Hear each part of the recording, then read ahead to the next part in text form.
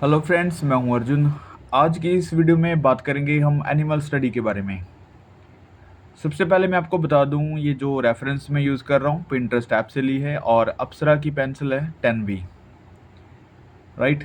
और जब भी हम किसी चीज़ को ड्रॉ करते हैं, एक सिंपल वे होता है जो कि आप स्ट्रेट लाइन में एक फ्रेम या फिर एक जेस्चर या फिर एक ज्योमेट्रिकल फॉर्म बोल देते हैं, उस चीज़ को बनाते हैं। यहाँ पे मैं एक सिंपल फ्रेम ले रहा हूँ, एक एंगल वाइज एक जेस्चर ले रहा हूँ, तो लाइनों को कर्व दे रहा हूँ। मतलब एक फ्रीडम के साथ हम जब स्केचिंग करते हैं तो काफ़ी ज़्यादा हमें सीखने को मिलता है। जब हम किसी की ड्राइंग बनाते हैं, एक प्रॉपर एक कंप्लीट स्केच बनाते हैं, तब हमें ज़रूरत पड़ती है कि बहुत सारी चीज़ें हम देखें उसके बारे में, उसके प्रोपोर्शन कैसे हैं, उसकी ड्राइंग कैसी है, उसमें डिटेल कैसी है, या फिर बहुत सारी चीज़ें हम गहराई से देखते हैं। जब हम कोई स्केच करते हैं, स्केचिंग में एक प्रैक्टिस के तौर पे करते हैं, राइट, तब हम इन चीज़ों को थोड़ा सा इग्नोर करते हैं और अपने जो रेफरेंस है उसको दे के कैप्चर करने की कोशिश करते हैं। 2-3 मिनट 4 मिनट के स्केच बन जाते हैं टाइमिंग पे।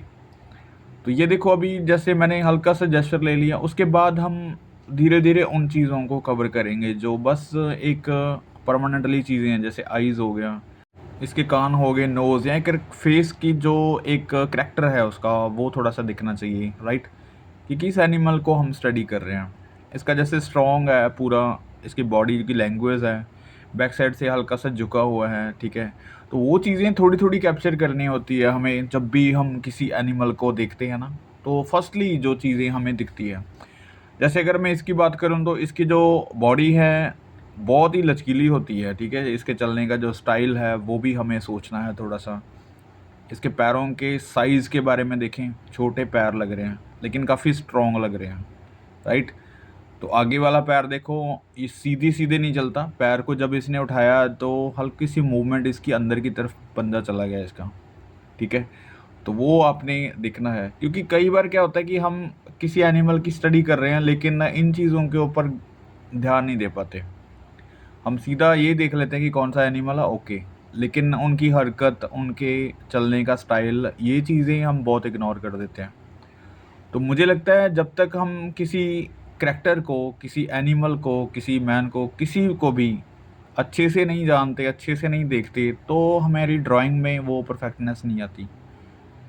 कोशिश करो कि चीज़ों को थोड़ा-सा स्टडी तौर पे रखो, कि जितने भी स्केच बना रहे हैं उसको स्टडी, कि जैसे एनिमल स्टडी कर रहे हैं, जैसे मैंने बताया आपको, तो एनिमल स्टडी में एनिमल को अच्छे तरीके से देखना है कि क्या-क्या चीज़ें इसमें परमानेंट रहती हैं, क्या-क्या चीज़ें इसको विजुअलाइज़ करती हैं, क्या-क्या इसमें चीज़ें स्ट्रॉन्ग होती हैं, ये चलते कैसे हैं, बैठते कैसे हैं, राइट, खाते कैसे हैं। ये ज़रूरी है, अगर हम किसी भी एनिमल को देखते हैं तो इन चीज़ों के बारे में अगर हम ज़्यादा सोचेंगे, थोड़ा-सा स्टडी करेंगे, तो हमें उस चीज़ को बनाना आसान हो जाता है, राइट? अब ये देखो, इसका एक नॉर्मल सा स्केच है, सिंगल लाइन। नेक्स्ट बताता हूँ आपको ये करके। तो स्केचिंग वैसे ही है, मैं जो चीज़ें आपको बता रहा हूँ शायद वो चीज़ें ज़रूरी है, क्योंकि मैं उन चीज़ों को सोच के स्केच करता हूँ। तो काफ़ी चीज़ें मेरे माइंड में आती रहती हैं जब मैं ये स्केच करता हूँ। 2-3 मिनट, 4 मिनट, 5 मिनट आप किसी भी एनिमल को अच्छे से देखेंगे तो बहुत सारी स्टोरीज़ मिल जाएँगी उनकी फ़िज़िक में आपको, राइट? जैसे ये जो भी एनिमल है, ठीक है, गैंडा बोलते हैं इसको। और इसको देखो, स्ट्रॉन्ग क्या चीज़ होती है, इसकी जो स्किन है बहुत स्ट्रॉन्ग हो रहती है, ठीक है? तो इनकी लेयर्स बनती है स्किन की। जैसे किसी भी एनिमल को लगा लो, हर एक एनिमल की एक खासियत होती है, एक परमानेंट उसका करैक्टर होता है। तो इसका करैक्टर हम सोच सकते हैं कि जो इसके नोज़ पे सींग लगा होता है, तो ये इसका परमानेंट साइन है कि इसके सींग लगा है नोज़ के, राइट? तो ये इसकी पावर है, जब भी लड़ाई करेगा, जब भी ये किसी के साथ टक्कर करता है ना, तो ये इस चीज़ को यूज़ करता है, राइट? तो मेन चीज़ क्या रहती है कि हम इसी से, अगर इसका सिर्फ फेस बनाएंगे या ये सींग ही बनाएंगे इसका नोज़ वाला, तो मान लो इसका मतलब एक करैक्टर बन गया है। दूसरी चीज़, जैसे मैं बता रहा हूँ कि इसके जो स्किन है बहुत ही ज़्यादा हार्ड होती है, बहुत ही ज़्यादा स्ट्रॉन्ग होती है, लेयर्स बन जाती हैं इसकी, पीसेस बनने स्टार्ट हो जाते हैं जैसे जैसे ये ओल्ड होता है, ठीक है? तो इसके लेग्स जो हैं बहुत ज़्यादा बड़े नहीं हैं, और ये जो पैर है इसका हल्का सा दिख रहा है दूसरी तरफ से। तो अभी सिंपल स्केच कर रहे हैं, लेकिन जो चीज़ें इसके बारे में मैं बता रहा हूँ आपको, वो चीज़ें सोचनी ज़रूरी है ताकि हमारे स्केच में वो चीज़ें हम दिखा सकें, परमानेंटली वो चीज़ें ऐड कर सकें, ठीक है? ये शेडिंग वगैरह, ये जो चीज़ें आपको दिख रही हैं, यहाँ पे कुछ हड्डियाँ उसकी दिख रही हैं, ठीक है? थोड़ा-सा टेक्सचर दे देते हैं। यहाँ पे देखो पैर के ऊपर इसको लेयर बनी हुई है इसकी पूरी स्किन की हार्ड, तो वो वहाँ पे दिखानी पड़ रही है, ठीक है? यहाँ पे ये चीज़। तो अभी देखो कितनी सारी चीज़ें इसमें हम ढूँढ सकते हैं। तो ये एक नॉर्मल स्टडी है एनिमल्स की। जब भी हम किसी बर्ड को, एनिमल्स को स्टडी करते हैं, जैसे मैं बार-बार ये चीज़ बता रहा हूँ, तो उसके बारे में जानना ज़रूरी हो जाता है हमारे लिए। सपोज़ करो जैसे मैं किसी करैक्टर के बारे में बात कर रहा हूँ, जैसे मेरे साथ कोई फ्रेंड रह रहा है, ठीक है? तो उस फ्रेंड को मैं रोज़ मिलता हूँ या 10 दिन बाद मिलता हूँ, 1 हफ़्ते बाद मिलता हूँ, तो मुझे बहुत सारी चीज़ें उसकी वैसे ही याद हो जाएँगी कि वो कैसे हँसता है, कैसे बोलता है, तो किस तरीके का है, ठीक है? उसका नेचर क्या है? कल को मैं उसकी पेंटिंग बनाऊँगा, तो बहुत सारी चीज़ों में मुझे हेल्प मिल जाएगी। मुझे दिखेगा कि इसका यार नेचर ये है, ये हँसता इस तरीके से है। और ये जो ड्राइंग है वो एक अलग चीज़ है, सोललेस ड्राइंग होती है, उसमें कोई सोल नहीं होती, ठीक है? जब हम उसमें एक्सप्रेशन डालते हैं, किसी चीज़ की फीलिंग डालते हैं, तब उसमें जान आती है। तब हम कहते हैं कि ये चीज़ ज़िंदा लग रही है, या एक स्टिल नहीं लग रहा, ये हरकत लग रही है कि स्माइल आ रही है, या फिर कोई एक्सप्रेशन ऐसे डालते हैं हम कि वो ज़िंदा लगने लगता है। ये चीज़ें तब आती है जब हम उस करैक्टर के बारे में अच्छी तरीके से जान लेते हैं। फिर हम वही चीज़ें उसमें डालने की कोशिश करते रहते हैं। तो मेनली यही है कि जब भी आप कोई भी स्टडी करो, तो थोड़ा-सा उसके बारे में जान लो कि ये एनिमल है या फिर कुछ भी चीज़ आप ड्रॉ कर रहे हैं, उसके बारे में थोड़ी-थोड़ी चीज़ें आप याद रखो। जैसे पीकॉक है, ठीक है? मोर की हम ड्राइंग बनाते हैं, तो मोर एक बहुत ही ब्यूटीफुल बर्ड है। तो उसकी एक ब्यूटी जो है वो हमें दिखानी होती है उस पेंटिंग में, उस ड्राइंग में। उसके पंखों की ब्यूटी है, ठीक है? उसके जो पंख खिलाने की ब्यूटी, कितने सारे मतलब उसके एक्शंस हैं, कितने सारे उसके ड्राइंग्स बन सकते हैं, किस तरीके से वो अपने आप को प्रेज़ेंट करता है। तो ये चीज़ें ज़रूरी है, ठीक है? अब ये देखो, अभी इसका सींग नहीं बनाएँगे तो कुछ अलग तरीके से ही लग रहा है, ठीक है? और यहाँ पे जब हम सींग ऐड कर देंगे तो उसका साथ के साथ उसका करैक्टर ऐड हो जाएगा कि ये कौन-सा एनिमल है, तो पहचान में जल्दी आने लगता है, राइट? इसलिए मैं वो सींग जो है वो बाद में बनाने की कोशिश कर रहा हूँ ताकि हम चीज़ों को जान सकें कि क्या इफ़ेक्ट पड़ता है इन चीज़ों का। ये छोटी-छोटी यहाँ पे डिटेल्स हैं, मैं ज़्यादा नहीं ऐड कर रहा हूँ, थोड़ा-सा विज़ुअलाइज़ कर रहा हूँ इसको। ये नीचे की तरफ से फेस, यहाँ पे देखो 2 सींग है उसके, ठीक है? और एक यहाँ पे है, एक यहाँ पे है। और इसको हम बनाते हैं, पहले बड़े वाला सींग बनाते हैं यहाँ पे, ठीक है? ये किसी भी तरीके से हो सकता है, सामने से सीधा भी होता है, थोड़ा-सा होल भी होता है, थोड़ा-सा मोटा, यहाँ पे परमानेंट बना देते हैं। एक सींग यहाँ पे है। अभी देखो उस चीज़ का जो है सींग बनाने के बाद करैक्टर बन गया उसका कंप्लीट। तो ये चीज़ें इफ़ेक्ट करती हैं जब भी हम किसी चीज़ को नॉलेज में रखते हैं, चीज़ों को अच्छे तरीके से स्टडी करते हैं, तो ये चीज़ें ज़रूरी हो जाती हैं। तो ये देखो अभी सिंपल सा स्केच है, लेकिन इसमें ड्राइंग्स जो बन रही हैं, यहाँ पे फोल्ड कुछ बन रहे हैं इसकी स्किन के, ठीक है? हार्ड हार्ड, वो हम जितना मर्जी बना सकते हैं, इसमें काफ़ी डिटेलिंग हो सकती है, लेकिन मैं यहाँ पे थोड़ा ही करूँगा क्योंकि स्केचिंग में रखते हैं इसको। तो आप कुछ इतना वर्क करके स्टडी करें कि 5-7 मिनट में आपका स्केच कंप्लीट हो। 5-5 मिनट के आप ऐसे स्केच कर सकते हैं क्विक, सिर्फ एक आउटलाइन से, राइट? अभी मैं आपको एक और स्केच बताता हूँ, जैसे ये शतरमुर्ग, इसकी देखो लंबी सी गर्दन है और सेंटर में इसका जो बॉडी आ जाती है, फिर लंबे लंबे इसके पैर आ जाते हैं नीचे, राइट? ये इसका करैक्टर है। हम अगर इसको करैक्टर वाइज अगर देखते हैं तो इसकी सबसे पहले हमें लंबी गर्दन ही दिखती है, ठीक है? और एक जो बॉडी है इसकी वो काफ़ी हाइट पे रहती है, और एक शेप जो आप देख रहे हैं, राइट? और इसके पैर लंबे लंबे होने के कारण हमें पता चल जाता है कि ये शतरमुर्ग है। अगर पैर इसके छोटे रहेंगे तो करैक्टर ही चेंज हो जाता है। इसकी गर्दन अगर छोटी होगी तो इसके करैक्टर चेंज हो जाएगा। तो इन चीज़ों के बारे में जैसे मैं बता रहा हूँ कि करैक्टर इनका इन चीज़ों से आता है। हम अपने फेस को देखते हैं या फिर सामने वाले के फेस को देखते हैं तो हमें आईज़, नोज़, लिप्स के बारे में सोचना होता है, ठीक है। और जब कोई एनिमल डिफरेंट डिफरेंट चीज़ों को देख रहे हैं हम, तो डिफरेंट डिफरेंट तरीके से उन चीज़ों की स्टडी हम करैक्टर वाइज अगर करनी है तो इन चीज़ों के बारे में एक माइंड में चलना चाहिए सर्कल की क्या एनिमल है, किस तरीके से है, कैसी उसकी हरकत है, कैसे खाता है, कैसे चलता है। और ये चीज़ें जब हम अच्छे से स्टडी कर लेते हैं तो आप इमेजिनेशन से, बिना किसी रेफरेंस से देखे हुए या फिर देख के भी करेंगे तो बहुत आसान लगेगा आपको।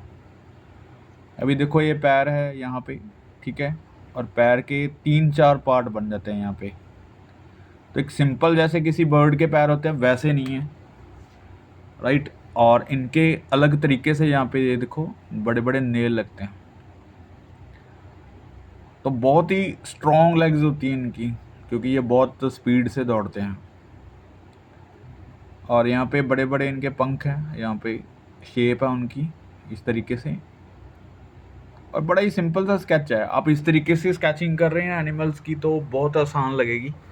अब इसको पहले हमने जैसे जेस्चर लिया, फिर ज्योमेट्रिकल फॉर्म ली, फिर धीरे धीरे उसकी फॉर्म को तोड़ के हम एक शेप में आते हैं। तो उन चीज़ों से बाहर आना आपने, जैसे हम फ्री हैंड की बात करते हैं तो यही एक स्टाइल होता है फ्री हैंड का, कि वहाँ पे कुछ भी गलतियाँ होती हैं, 2-4 गलतियाँ होंगी, फिर धीरे धीरे हम उन चीज़ों को सेट करते हैं, गलतियाँ कम होने स्टार्ट हो जाती है। तो एक फ्रीडम जो रहती है हमारी स्केचिंग में, वो हमें सीखने के लिए एक स्टेप आगे ले जाती है। नहीं तो हम वही ग्राफ मेकिंग, कोई बॉक्स बनाया उसमें करते रह जाते हैं। हमने चीज़ों को सीखना है, स्टडी करनी है, तो डर किसी बात का नहीं रखना। जैसे ये लेग्स हैं, अभी लंबी लंबी लेग्स बनानी है, यहाँ पे कुछ डिटेल्स हैं, तो सारा कुछ फ्री हैंड करना है। बिल्कुल देखो, ये ऐसा नहीं है कि ऐसी ही शेप होती है शतरमुर्ग की, ठीक है। ये पंख जो आप बड़े भी हो सकते हैं, किसी और शेप में भी हो सकते हैं। इसकी गर्दन और लंबी ऊपर की उठाएगा या नीचे की तरफ करेगा, तो मतलब ये हरकत इसकी चेंज होती रहेगी।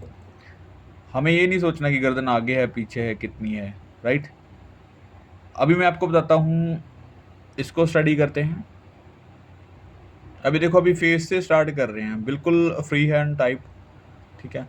कुछ भी इन चीज़ों के बारे में आपने ये सोचना है कि जैसे मैंने फर्स्ट स्केच में बताया कि पहले हम एक जेस्चर ले लेते हैं, फिर बाद में इस बॉडी को प्रॉपर तरीके से ड्राइंग करते आते हैं, लाइन को स्ट्रॉन्ग करते आते हैं, ठीक है। लेकिन आपको जो फ्री हैंड स्टडी है, मैं वही चीज़ें रिपीट कर रहा हूँ कि पहले स्टडी को वही इस्तेमाल करनी है चीज़ें जो आपने कोई फ्रेम लिया है या फिर ज्योमेट्रिकल फॉर्म ली है। बाद में उन चीज़ों को छोड़ के हम इस तरीके से स्केच करना है कि आपकी लाइनिंग पे ऊपर, आपके एंगल के ऊपर कंट्रोल आ जाए कि आप किस तरीके से लाइन कर रहे हैं, कौन से एंगल पे कर रहे हैं, ठीक है। आपको जेस्चर लगाने की भी ज़रूरत ना पड़े। तो ये तरीका है काम करने का। मैं आपको धीरे धीरे ये चीज़ें क्लियर कर रहा हूँ।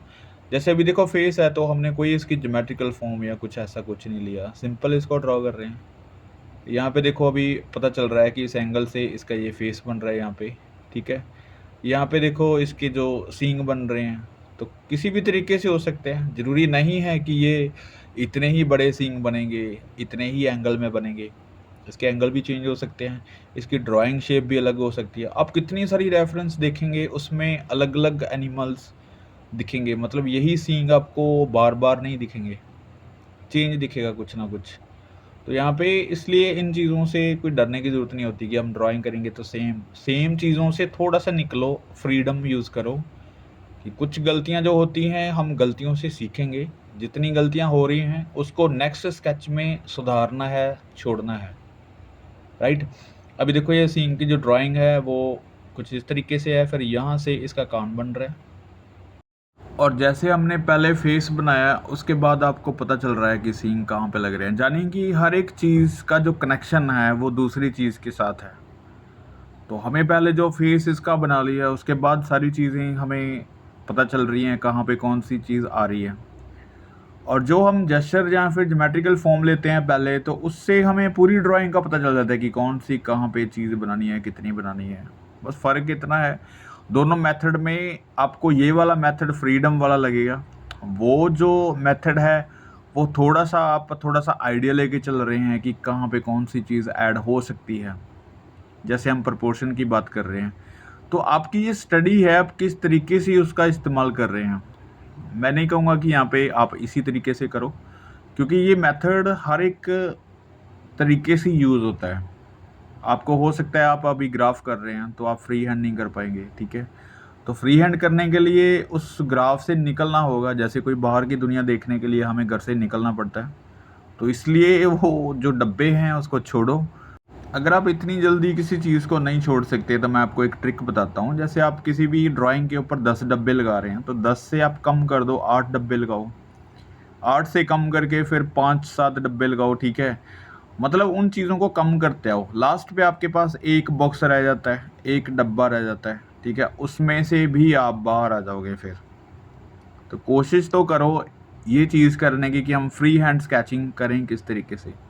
मैंने बहुत सारी चीज़ें आपको बताई है। मैं हमेशा जो वीडियोस करता हूँ वो स्किल के ऊपर होती है कि हम किस चीज़ की स्किल कर रहे हैं, स्केचिंग की पावर की। किसी भी चीज़ को ड्रॉ करने के लिए हमें बार बार नहीं सोचना होता। हमारी ऑब्जर्वेशन बताती है कि हम कोई भी चीज़ को ड्रॉ कर सकते हैं, किसी भी एंगल से कर सकते हैं।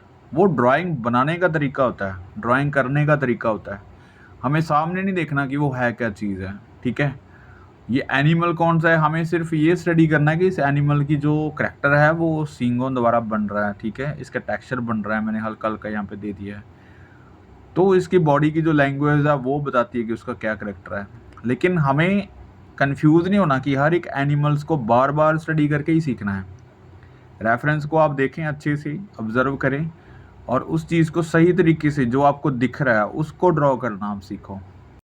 तो अभी देखो, जैसे ये टेल के पास डार्क पॉइंट्स हैं, मैं यहाँ पे कुछ कलर या फिर कुछ शेडिंग नहीं कर रहा हूँ। मैं आपको सिंपली थोड़ा सा वर्क करके यहाँ पे बता रहा हूँ कि चीज़ों को हैंडल कितना आसान तरीके से कर सकते हैं कम काम करके। तो ये देखो, अभी छोटे छोटे पॉइंट्स हैं जो मैंने ऐड किए हैं, उससे उसका करैक्टर आना लग गया। हम बहुत ज़्यादा वर्क नहीं कर रहे। तो कोशिश करो इस तरीके से काम करो और 5-7 मिनट में एक स्केच बनाने की कोशिश करो। फ्री हैंड करो, राइट। डरने की ज़रूरत नहीं है, गलत होता है होने दो।